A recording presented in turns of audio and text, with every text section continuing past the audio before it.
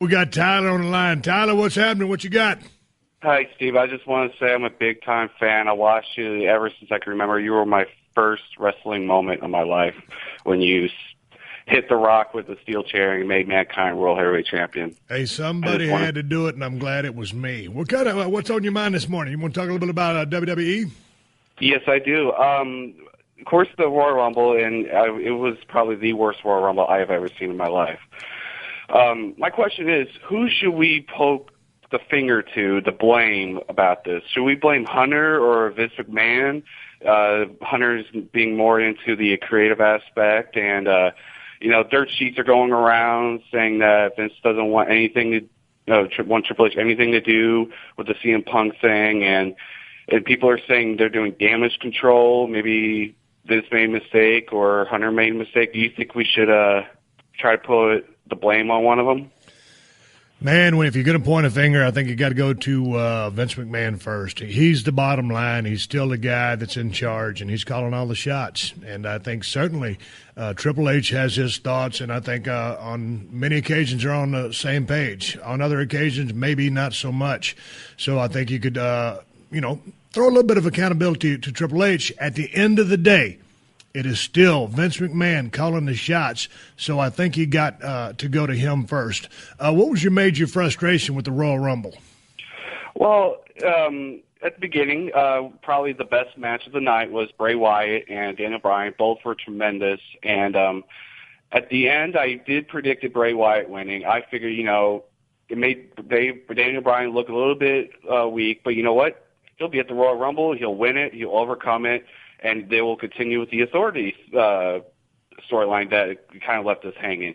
And then, at everyone's opinion, when number 30 hit, Rey Mysterio came out, it kind of went downhill. I'm surprised it wasn't like an ECW kind of thing when everyone's throwing stuff. And now, when you say it went downhill, it's because your expectations were, even though Daniel Bryan had already wrestled in the first match, your expectations were he was also going to be in the Rumble. Correct? Correct. And then Rey Mysterio comes, and, Rey Mysterio has been, an outstanding guy in the squared circle for many, many years. And I thought it was a real bad booking decision on, in my head to put him in that 30 spot, because ultimately the people there wanted that to be Daniel Bryan, and Rey Mysterio got the boos because it wasn't what they expected. And I thought that was a real bad spot to put Rey in. It would have been a real good spot to put a heel in.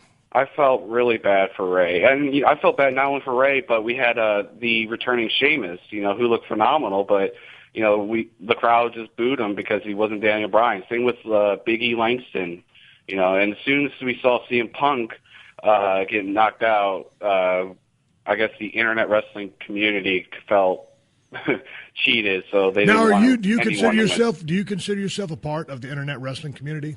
Yes, I do.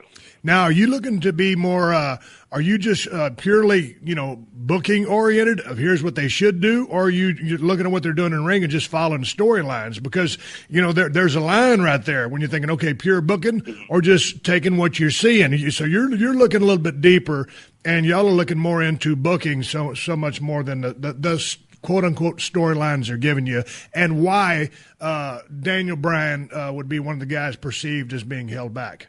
Well, I like to look at it both ways because, this is strictly entertainment to me as well, because, I watched it for many, many years and I still want to be entertained. But, I'm kind of mixed with it because people like Jim Cornette, they want the pure wrestling out of it, and I also like a little soap opera, and Daniel Bryan is the most talented in-ring competitor I've seen. And I don't want that kind of talent to go to waste because he is so much entertaining. People say he's not as good, when he's on the microphone shooting a promo, but his in-ring ability speaks for itself, and especially how he can control the crowd. A couple weeks ago at the Steel Cage with Bray Wyatt, he had the crowd at the palm of his hands. The slow yes chants was the best thing I've seen since, the Attitude Era with you and The Rock and Mankind. We just want we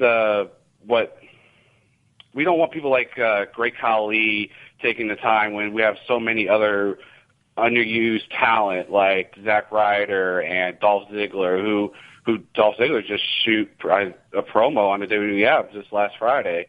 And we just felt like the talent needs to be pushed forward a little bit more rather than the soap opera. The majority of the drama and the people who don't deserve to be there, like I wouldn't say deserve to be there, but Batista, for example, who just... So what were your thoughts on Batista coming in there? He comes in, his 4 years gone, he comes back, and, many people were happy to see him, but ultimately, people wanted Daniel Bryan to win that Royal Rumble, and then there for a brief moment, a lot of people wanted Roman Reigns to win that thing. And obviously, too early to give Roman Reigns that win. That's going to be a slow build, and that kid's got a great run ahead of him. So, but a little bit of disappointment, I think, just because of the fact Daniel Bryan once again wasn't there at the final part of that Royal Rumble. Batista, I enjoyed Batista 4 years ago when his heel turn. I enjoyed it, and I had no problem with Batista coming back. It's just that he returned on that Monday Night Raw. 6 days later, he wins the Royal Rumble. A little bit too soon for you.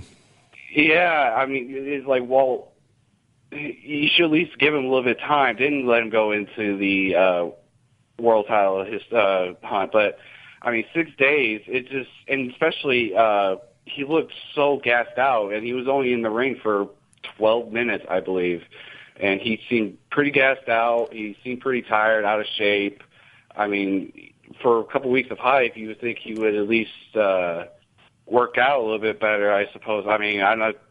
Well, once you get in that ring and you get in front of that crowd and you start going full bore, you could be doing any kind of the, little training that you do on the side, but being in front of that live crowd is a whole different element. And, maybe you got a little bit of gassed out there, maybe got a little bit blown up out there. And then again, a couple of guys did.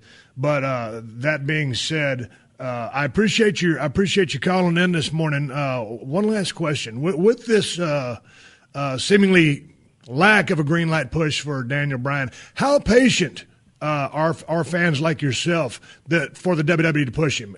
Because I think that if you have a good thing, and as hot as that kid is right now, you might as well heat that son of a bitch up as hot as you can get him, because he's gotten this hot with really not a lot of green light push, and seemingly with a lot of obstacles thrown in his way almost intentionally.